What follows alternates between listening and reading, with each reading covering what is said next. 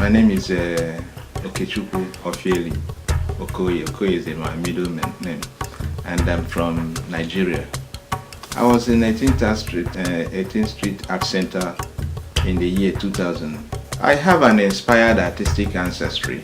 I came from a family of artists. They are very creative, my family. But I did not have that formal art training. But when I left high school, whenever I go to this local stadium to watch football, I used to have watch football under intense sunshine. So I wanted a hat to cover my head, and I did not have money to buy one. But one day I saw a referee, and I saw him. He was donning a hat made of basket material. So I climbed one of my father could not stand coconut trees and cut two fronds, and then I cleaned it. I used it to make a hat that day, a hat. So when I took it out that day to us, the response was very spontaneous, and a lot of people were, "Where did you get this? How did you do this?" Before the next 1 week after I did the first hat, people were already paying money to have my work.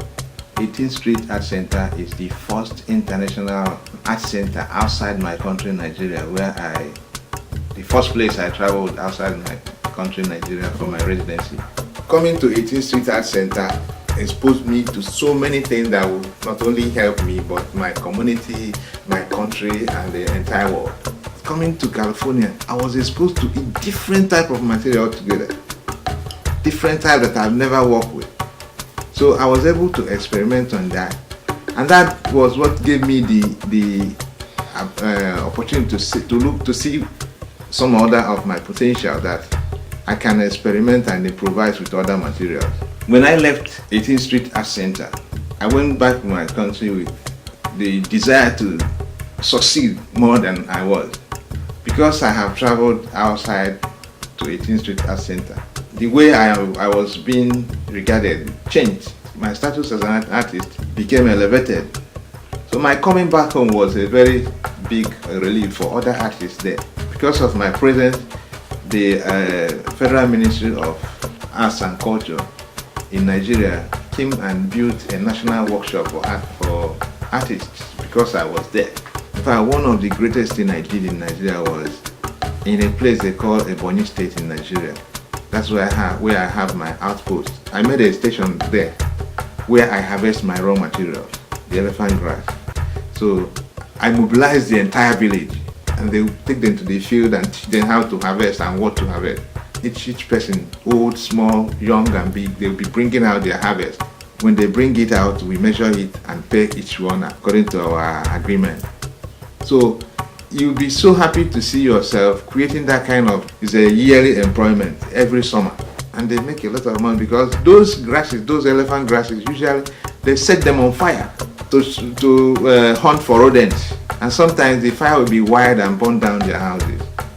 For coming there and attaching cash value to the useless, valueless plants, make them to start protecting it as part of their cash crop. So instead of setting fire on the environment all the time, they don't do it anymore. They stop and look at the vegetal materials that I can get from there to recycle and develop new techniques for recycling them. After that, I'll be able to get involved with student teachers, art scholars, and be able to teach them how to recycle the material that is at their environment. Bad management of environment brings poverty.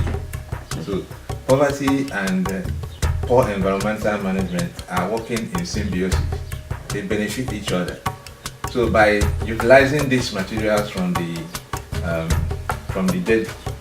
dead branches, we are offsetting that symbiotic relationship between them.